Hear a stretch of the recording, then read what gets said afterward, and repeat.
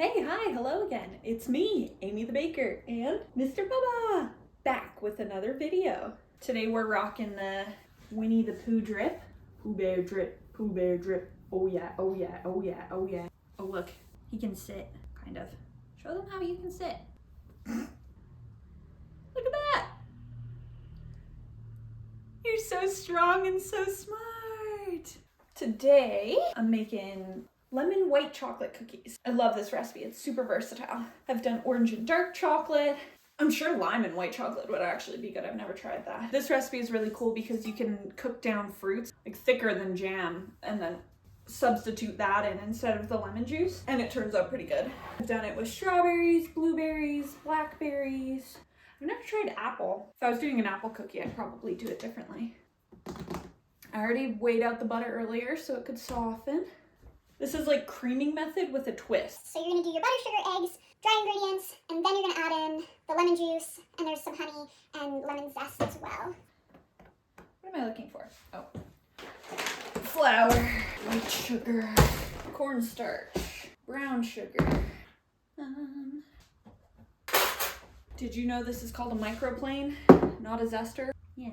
I'm hoping it doesn't rain. 30 grams of brown sugar and 170 white sugar, 113 butter, and 1 egg. So that's the first part of the creaming. Yeah, I'm hoping it doesn't rain because my friend and his daughter are coming over. We're gonna go walk down to the park and have a picnic. It's gonna be so fun. I made sandwiches, got some fruit, got some veggies. They're gonna bring the drinks. I'm gonna put some cookies in there. It's gonna be a grand old time. I was gonna have him just chill on the ground, but as soon as I turned off his music thing, he started freaking out. So I was like, okay, fine, you can be in the video with me. Just breaking up the butter to make it cream more easily. If you skip this step, you're gonna have to stop mixing it to break it up off of the paddle anyways. I need a bowl. He loves sucking on the side of this thing. Yeah, I made mac salad last night because my parents are hosting family dinner this week. They're doing barbecue and I had all this macaroni I wanted to use up. So I was like, oh, I'll make some mac salad. So last night I'm making this mac salad after I'm home and I get him to bed. And I put on the pot of water to boil and it starts boiling. So I add 4 boxes of macaroni into the boiling water. And then all of these little bugs start floating to the surface. Dumped it out and got 4 new boxes. They're from a different batch. The ones that had the bugs in them were quite expired. They expired in 2023, whereas the ones that didn't have bugs in them expired January of this year. It's noodles. They don't really expire, right? Because they're dried. I would assume it's just the cheese that expires, but yeah, there's bugs in it. So kind of turned me off of eating it. The mac salad turned out good. I've never made it before. If I was to do it again, I would not add white onion. I would just do green onion or maybe red. So there's 6 grams of cornstarch in there. It helps with the binding of this recipe because we are gonna add lemon juice. Oh, baking soda. I thought it was baking powder. Ooh, there's a lot of baking soda in here. 17 grams. That was funny. Salt. It's always funny to me. I hear occasionally there's people, bakers, we're like, I don't use salt in my baking. It's pointless. You want it to be sweet. Okay, if you're adding enough salt to your baking that it's salty, you're adding too much salt. Unless you're going for a savory thing. Salt is just a flavor enhancer and a tenderizer for baked products. It helps tenderize gluten or keep the gluten tender. So if you're not using salt, you're missing out. Okay, so that was butter, white sugar, brown sugar, egg I will add in a moment, vanilla, all-purpose salt, baking soda, lemon zest, lemon juice, chocolate, honey, cornstarch is in there. Yeah, it's quite an easy recipe, but a goodie. I developed this recipe, well, I kind of stole it off the internet, but I changed it slightly. When I worked at a little place that's closed down now called Provision in Calgary, I think it's actually a different restaurant now, and they renoed it, and the inside's super cool. I can't remember what the park's name is, but it's by the hospital downtown. Anyways, it used to be called Provision when I worked there, and I developed a lot of my cookie recipes there because we would do cookies and milk, but it was warmed up ganache. Hi. Are you like, Mommy, pay attention to me. Stop just talking to the ethos. Never. The ethos is my friend. Oh, almost choked on my own spit. Where the heck is my juicer? Oh. So I usually just zest 1 lemon and then the juice of 1 lemon. It's about 45 grams is what you should be aiming for. So if they're really small, do 2. The more zest you add, obviously, the more lemony it'll be. Oh, that was 33. Oh, are you stuck? You're like, Mommy, let me out of this thing. I didn't even fully juice this. Oh, second half of the lemon. Also, if you comment on my dirty kitchen, I'm gonna cry. It's not even dirty. It was dirty earlier. I like half cleaned it, but it's hard when you have a baby. My honey is all crystallized, so I am gonna toss this in the microwave. I know, honey. Do you wanna go play by yourself on the ground? I'm leaving this on because he might start fussing. Okay.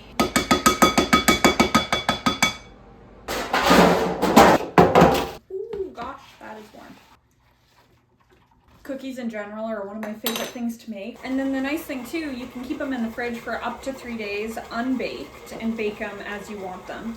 Or you can put the dough in the freezer for up to 3 months and then just bake them whenever you want. I don't. I just always bake them all off immediately and share them if I don't plan on eating them all. If you're not a cookie fan, what are you doing with your life? Okay. I've been kind of procrastinating talking about what I actually want to talk about in this video because, I don't know, it's like embarrassing. But, chippies, whole bag. Oh. Oh, you got yourself sideways. I am boring. Dun, dun, dun. That was not right. Plastic and the food waste. Basically, sorry, when I've been editing, it kind of brings me back to this place of, would anybody really be interested in what I'm saying? And not particularly the content of what I'm saying, but just the way I'm saying it and me as a human being, I guess. Because when you put yourself out there on YouTube or any social media platform, it is a very vulnerable thing, right? And there is the great risk of people not liking you or enjoying your content. People have never really liked me. I've always been an outcast. Partially, I think that's my own doing. And partially, I don't know, people will meet me and just not like me. I don't know what it is about me. But I do think part of it is that I'm uninteresting, I'm boring. If you keep rolling, you're gonna hit your head. Must be so frustrating to be a baby and like get right where you want to go and then have someone move you back to where you started. I guess that's kind of just life though, hey?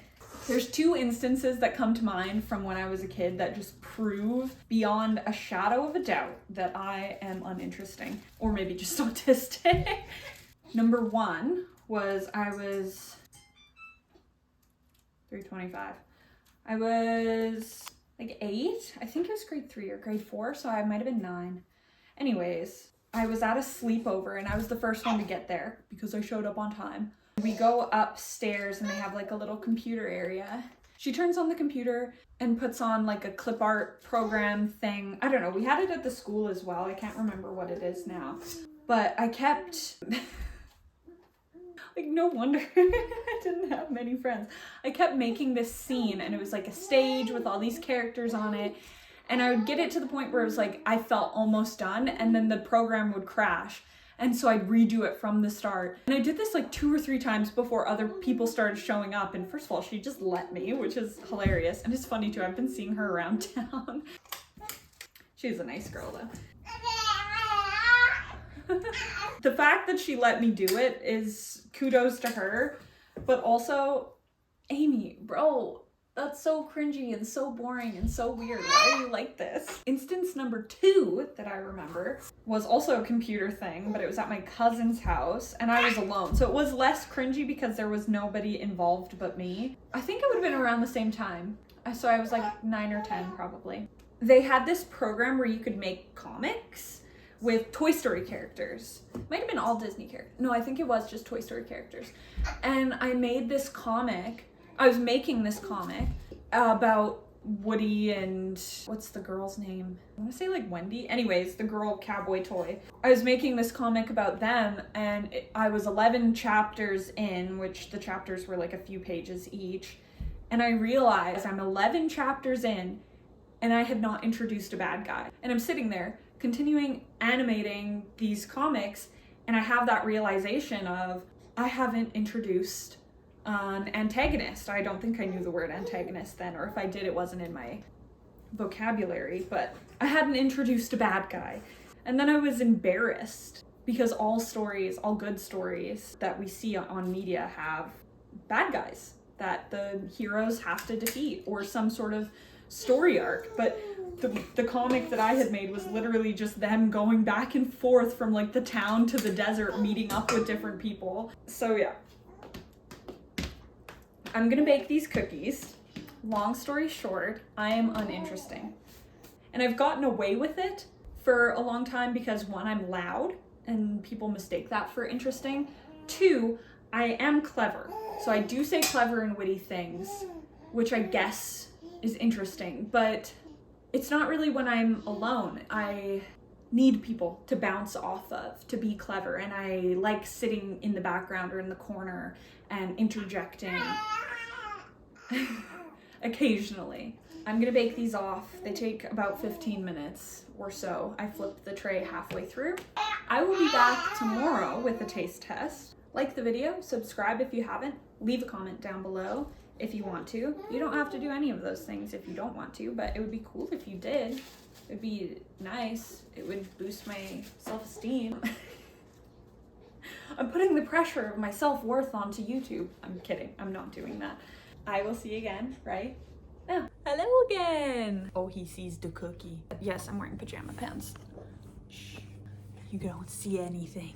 Originally, I had him in a really cute Mickey Mouse outfit, and then he took a big poopy and ruined it. Yeah, I'm in pajama pants because I haven't showered in like 2 days because Nathan's been working, and then we had family dinner, but we're back for a taste test. I accidentally overbaked them because I forgot to set a timer, but they're still good. What do you think, Bubba?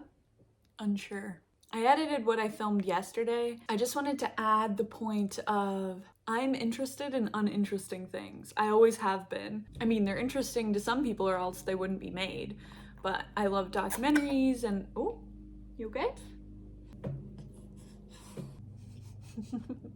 These are really good. Good cookies. Since I was a little kid, I've loved documentaries, crafting, and just in general moving slowly. I'm a cautious person. I love your slobber. I'm gonna go put him down so I can finish this. I just wanted to use him for the thumbnail. Also, his shirt says, Mommy's main squeeze. I literally watched over the footage that I edited less than an hour ago, and there was 2 or 3 points that I wanted to make, and I can't remember them now. That's my problem, one of my problems. If I try to script something, which I haven't on this channel, but I have in the past tried to script things, it sounds robotic. I think a script would be fine if I was reading a script for something that was fully animated or like a time lapse or something. Not a video like this where I'm talking to the camera, because if I'm talking to the camera, talking to you guys, but I'm reading off of a script, it feels disingenuous for me to do that. My words in general don't flow in a natural way when I do that. But then if I don't script, I get lost. It's kind of a catch-22.